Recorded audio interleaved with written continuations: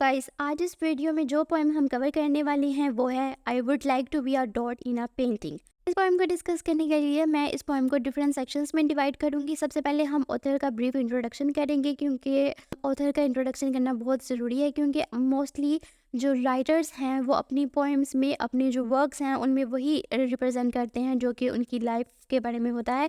इसके साथ साथ हम इस पोएम की टाइटल सिग्निफिकेंस को करेंगे और इसके साथ हम डिटेल समरी और इसका क्रिटिकल एनालिसिस करेंगे। और इसके बाद हम इसके जो मेजर थीम्स हैं इस पोएम में डिस्कस किए गए हैं हम उन डिस्कस करेंगे। और इसके साथ साथ हम स्ट्रक्चर और स्टाइलिस्टिक एनालिसिस भी इस पोएम का करेंगे। अगर हम मुनीज़ा अलवी की बात करें तो मुनीज़ा अलवी एक पाकिस्तानी राइटर हैं जो कि 2 अप्रैल 1954 में पैदा हुई थी। मुनीज़ा अलवी पाकिस्तान में पैदा हुई थी, लेकिन ये बहुत छोटी थी जब ये ब्रिटेन मूव कर गई। इनके फादर एक पाकिस्तानी थे लेकिन इनकी मदर एक थी, जिसकी वजह से वो इंग्लैंड में मूव कर गई। Muniza Alvi most of the time जो है आइडेंटिटी क्राइसिस, इंडिविजुअलिटी, इन सब चीज़ों के बारे में लिखती हैं, क्योंकि ये एक पाकिस्तानी ऑथर थी लेकिन ये बाद में इंग्लैंड मूव कर गई। तो एक जो आइडेंटिटी क्राइसिस का था और इंडिविजुअलिटी का जो इशू है वो बहुत ज़्यादा इनकी पोइट्री में डोमिनेंट रहा है, क्योंकि इन्होंने काफ़ी अपनी लाइफ टाइम में ये इन सब चीज़ों से स्ट्रगल करती रही। अगर हम इस पोएम की टाइटल सिग्निफिकेंस की बात करें जो कि है I would like to be a dot in a painting, तो वह इस पोएम में वो अपने आप को एक डॉट के साथ कंपेयर करती हैं। वो इस पोएम में ये ख्वाहिश करती हैं कि काश मैं एक डॉट होती एक पेंटिंग में।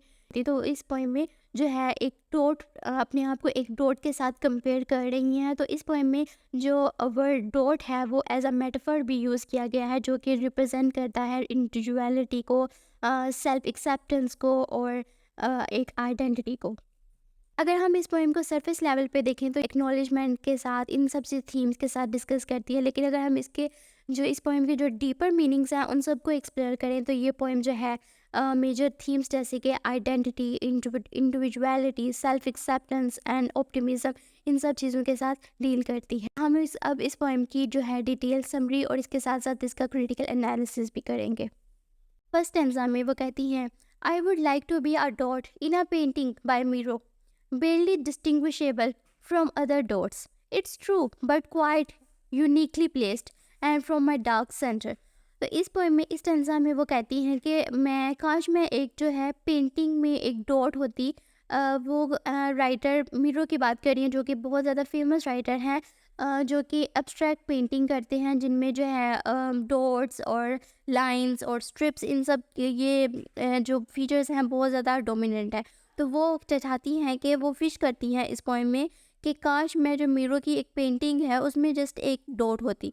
फिर वो कहती हैं barely distinguishable from other dots, वो कहती हैं भले ही मैं और जो मेरे साथ इस पेंटिंग में डॉट्स हैं वो मिलते जुलते ही हों, ज़्यादा मुख्तलिफ ना हो, लेकिन मैं चाहती हूँ कि बट क्वाइट यूनिकली प्लेस्ड। वो कहती हैं कि लेकिन इतना होना चाहिए कि मैं इन सब डॉट से एक अलग कोने में प्लेस की गई हूँ। And from my dark centre, वो कहती हैं कि मेरी जो पहचान है, मेरे जो डॉट की पहचान है और जो मेरी आइडेंटिटी की पहचान है वो बाकी डॉट से नहीं होनी चाहिए और ना ही पेंटिंग के से होनी चाहिए, बल्कि जो मेरा डार्क सेंटर है उससे मेरी शनाख्त होनी चाहिए। मेरी जो आइडेंटिटी है वो मेरा डार्क सेंटर होना चाहिए, ना कि जो पेंटिंग है और अदर डॉट्स हैं। यानी कि मैं जो एक मेरे अंदर जो एक यूनिकनेस है वो एक मेरे डार्क सेंटर की वजह से होना चाहिए। इसके बाद स्टैंजा 2 में वो कहती हैं I had survey the beauty of the landscape and wonder would it be worthwhile to roll myself towards the lemon stripes. इसके बाद वो कहती हैं कि मैंने जो पूरी लैंडस्केप सी जो इस पेंटिंग में लैंडस्केप सी, इन सब चीज़ों को मैंने इसका सर्वे किया और मैंने सोचा कि क्या ये मेरे लिए एक वर्थवाइल होगा, क्या ये मेरे लिए एक ठीक डिसीजन होगा कि क्या मैं ये अपने आप के मेरी अपनी जगह को छोड़ के तो मैं इन लेमन स्ट्रिप्स की तरफ चली जाऊँ। तो इस स्टैंजा में ना वो एक कन्फ्यूजन और एक क्वेश्चन खुद से कर रही हैं कि क्या मेरे लिए वर्थवाइल है कि मैं अपनी जो स्पेस है, अपनी जो जगह है, मैं उसको छोड़ दूँ और मैं अपना जो मेरा ट्रू सेल्फ है यानी कि मेरी जो आइडेंटिटी है मैं उसको छोड़ दूँ और जस्ट एक अटेंशन के लिए और एक जस्ट कहने के लिए कि मैं भी थोड़ा मेरी भी ब्यूटी इंक्रीज़ हो जाए, तो मैं अपनी जगह को छोड़ के इन लाइंसकेप की तरफ चली जाऊँ या मैं इन डॉट्स की तरफ चली जाऊँ। के बाद वो स्टैंजा 3 में कहती हैं centrally poised and pushed my curves against its edges to get myself a little extra attention.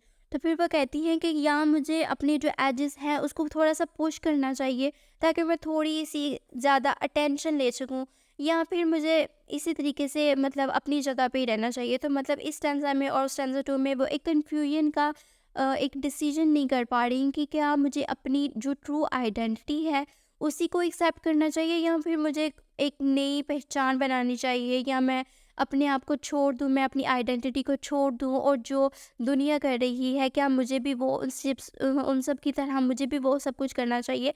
तो यहाँ पे वो अपने आप को एक डॉट के साथ रिप्रेजेंट करके एक अपनी आइडेंटिटी को रिप्रेजेंट कर रही हैं, इसके साथ वो जो पेंटिंग है उसको वो सोसाइटी के साथ कंपेयर कर रही हैं।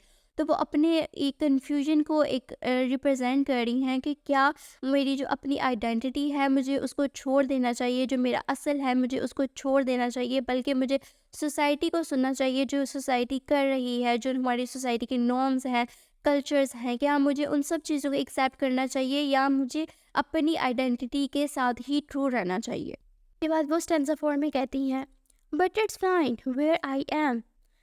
वो अपने जो अपने स्टैंजा 2 में और स्टैंजा 3 में जो उन्हें कन्फ्यूजन थी, वो जो खुद से क्वेश्चंस कर रही थी, तो इस स्टैंजा में वो उसका जवाब देती हैं कि मैं जहाँ पे भी हूँ मैं ठीक हूँ, यानी कि जो मेरी अपनी असल जगह है, जो मेरी ट्रू आइडेंटिटी है वही ठीक है। मुझे खुद को चेंज करने की या मुझे अपनी प्लेस चेंज करने की, पोजीशन चेंज करने की कोई ज़रूरत नहीं है। फिर वो कहती है, I will never make out what's going around me and that's the Joy of it. इसमें वो कहती हैं कि मैं कभी भी वो इसको सोसाइटी के साथ रिलेट कर रही हैं। वो कहती हैं कि मैं कभी भी जो सोसाइटी है उसको खुश नहीं कर सकूँगी। मैं भला ही अपनी पोजीशन को चेंज कर दूँ या मैं अपनी आइडेंटिटी को छोड़ दूँ, लेकिन फिर भी लोग मुझसे कभी खुश नहीं होंगे और ना ही मैं ये कभी जान सकती हूँ कि लोग मेरे बारे में क्या सोचते हैं। तो वो कहती हैं कि यही यही लाइफ का मज़ा है कि हमें दूसरों के ऊपर तवज्जो नहीं देनी चाहिए। लोग क्या समझते हैं, क्या सोचते हैं हमारे बारे में, हमें इन सब चीज़ों से फ़र्क नहीं पड़ना चाहिए। हमें अपनी आइडेंटिटी के साथ इसको एक्सेप्ट करना चाहिए, इसके साथ ट्रू रहना चाहिए और इसको कभी भी नहीं छोड़ना चाहिए, क्योंकि सोसाइटी तो हमसे कभी भी खुश नहीं हो सकती। उसके बाद स्टैंजा 5 में वो कहती हैं, the fact that I am not a perfect circle makes me more interesting in this world, people will stare forever. इसके बाद वो कहती हैं कि भले ही मैं एक परफेक्ट सर्कल नहीं हूँ, मैं एक इम्परफेक्शन हूँ। तो वो कहती हैं कि यही मेरी जो इम्परफेक्शन है मुझे इस दुनिया में एक मुझे और इंटरेस्टिंग बनाती है। तो वो कहती है कि जो मेरी ये जो यूनिकनेस है, जो कि मेरी इम्परफेक्शन की वजह से है, तो ये क्या करती है कि मुझे इस दुनिया में और भी इंटरेस्टिंग बना देती है। लोग जो है वो मुझे हमेशा देखते हैं, मुझे हमेशा स्टेयर करते हैं, मेरी तरफ तवज्जो देते हैं। और हमारी सोसाइटी में भी ऐसे ही होता है कि कोई भी एक इंसान जो एक अलग रास्ता अपनाता है या वो हमारी जो सोसाइटीज़ की नॉर्म्स होती हैं, रिचुअल्स होते हैं, उन सब चीज़ों को एक्सेप्ट नहीं करता, तो भले ही सोसाइटी जो है उसको कंडेम करती है, उसके ऊपर बातें बनाती है, लेकिन एक ये भी चीज़ है कि वो हमेशा उस इंसान के बारे में ही बात करते हैं। बल्कि जो अगर एक दूसरा इंसान है जो कि एक हमारी सोसाइटी के रूल्स को, रिचुअल्स को, नॉर्म्स को फॉलो कर रहा है, तो कोई भी उसके बारे में बात नहीं करता। तो इसी चीज़ को वो रिलेट करती हैं। वो कहती हैं कि ठीक है, मैं अगर एक इम्परफेक्शन हूँ, लेकिन ये जो इम्परफेक्शन है यही मुझे एक मोर इंटरेस्टिंग थिंग इस दुनिया में बनाती है और यही इसी वजह से लोग जो है मेरी तरफ तवज्जो देते हैं, मेरी तरफ स्टेयर करते हैं और लोग कभी भी मेरी तरफ देखना बंद नहीं करेंगे।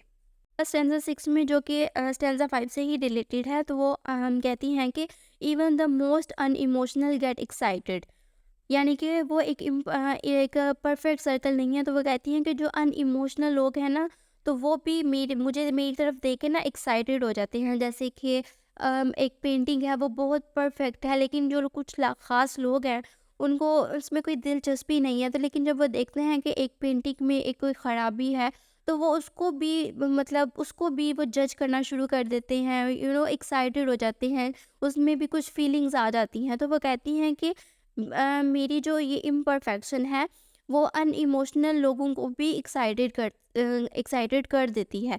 जैसे कि हम देखते हैं कि जो कुछ लोग होते हैं हमारी सोसाइटी में जिनका हमसे कोई लेना देना नहीं होता, लेकिन फिर भी वो अगर हम सोसाइटी के रूल्स को और नॉर्म्स को हम फॉलो नहीं करते, तो वो भी हमें तनकीद करते हैं, हमें जज करते हैं।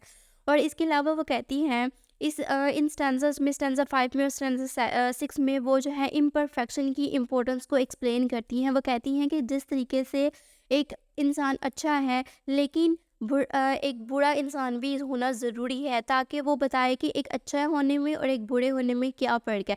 इसी तरीके से अगर एक रंग ब्लैक है और एक वाइट है, तो वो कहती है कि इन दोनों रंगों का होना ज़रूरी है, ताकि वो एक दूसरे के एक इन दोनों में फ़र्क बताएं। तो वो कहती है कि ठीक है, मैं एक इम्परफेक्शन हूँ, लेकिन मैं भी एक ज़रूरी चीज़ हूँ, क्योंकि अगर मैं इम्परफेक्शन नहीं होगी, तो एक परफेक्ट थिंग में और एक इम्परफेक्ट थिंग में, इन दोनों चीज़ों में कोई भी फ़र्क नहीं रहेगा। तो वो कहे तो इस स्टैंज़ा में वो कहती है कि भले ही मैं इम्परफेक्ट हूँ, लेकिन मेरी एक अपनी सिग्निफिकेंस इस सोसाइटी में, जिसको कोई निग्लेक्ट नहीं कर सकता। इसके बाद कहती है, so here I am on the edge of an animation, a dream, a dance, a fantastic construction. तो इन लाइंस में वो अपने आप को एक ड्रीम के साथ, एक डांस के साथ, एक फैंटास्टिक कंस्ट्रक्शन के साथ कंपेयर करती हैं कि मेरी एक अपनी सिग्निफिकेंस है, जिसको कोई वो निग्लेक्ट नहीं कर सकता। और वो स्टैंज़ा 7 में कहती हैं, a child's adventure and nothing in this stony sky can get too close or move too far away। तो इस तंज़ा में वो अपने आप को, बल्कि वो कहती हैं कि सबको एक चाइल्ड की तरह होना चाहिए, चाइल्ड्स एडवेंचर की तरह होना चाहिए। तो वो अपने आप वो कहती हैं कि इस दुनिया में, इस सोसाइटी में हर इंसान को एक चाइल्ड की तरह होना चाहिए। एक चाइल्ड क्या होता है? उसको किसी चीज़ से फ़र्क नहीं पड़ता, उससे अपनी सोसाइटी से फ़र्क नहीं पड़ता कि लोग क्या उसके बारे में सोचेंगे। वो वही करता है जो उसका दिल करता है, और वो अपने असल से भी नहीं भागता। वो दूसरों की वजह से, अपनी सोसाइटी की वजह से खुद को चेंज नहीं करता, बल्कि वो वही रहता है जो कि वो है। तो वो कहती है कि इस दुनिया में, हमें सोसाइटी में, हमें भी एक चाइल्ड की तरह रहना चाहिए। हमें दूसरों से फ़र्क नहीं पड़ना चाहिए, हमें दूसरों की सोच की वजह से खुद को जो है वो चेंज नहीं करना चाहिए। अगर हम इस पोएम की मेजर थीम्स को देखें, तो इसमें जो मेजर थीम है वो है इंडिविजुअलिटी, कि हमें अपना जो ट्रू सेल्फ है उसको नहीं छोड़ना।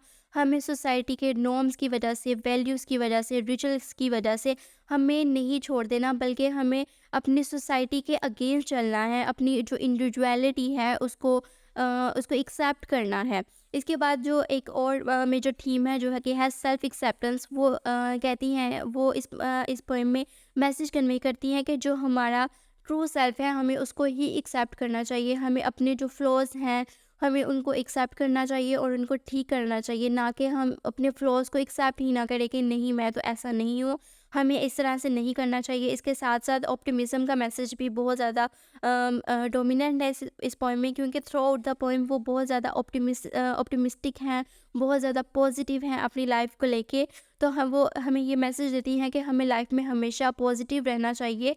बेशक हालात जो हैं वो हमारे अगेंस्ट चल रहे हों, लेकिन हमें फिर भी हमेशा लाइफ में पॉजिटिव ही रहना चाहिए। अगर हम इस पोएम की स्टाइलिस्टिक और स्ट्रक्चरल एनालिसिस की बात करें, तो इस पोएम में मेटाफर यूज़ हुआ है, जो कि डॉट है, जो कि रिप्रेजेंट कर रहा है इंडिविजुअलिटी को, सेल्फ एक्सेप्टेंस को। इसके साथ साथ इस पोएम में इमेजरी का भी यूज़ किया गया है, जैसे कि लेमन स्ट्रिप्स हैं, जो कि येलो लाइंस हैं, जो कि मीरियो की जो पेंटिंग है उसमें एक बहुत इम्पोर्टेंट जो है वो कह सकते हैं हम कि एक एलिमेंट है इनकी पेंटिंग का। इसके साथ साथ टोनी स्काई, जो कि मीरो की पेंटिंग्स का, मोस्टली पेंटिंग्स का एक बैकग्राउंड होता है। तो ये इमेजरी भी इस पोएम में यूज़ की गई है। साथ साथ इस पोएम में एलिट्रेशन यूज़ हुई है, और इस पोएम में कोई स्पेसिफिक राइमिंग स्कीम नहीं है, लेकिन ये एक लिरिकल पोएम है, जिसकी वजह से ये पोएम को बहुत ज़्यादा इंटरेस्टिंग बना देती है। तो ये थी आज की पोएम। मुझे उम्मीद है कि आप लोगों को ये पोएम अच्छे तरीके से समझ आ गई होगी। अगर कोई क्वेश्चन है या कोई सजेशन है, तो आप कमेंट सेक्शन में मुझे बता सकते हैं। तब तक के लिए अल्लाह हाफ़िज़।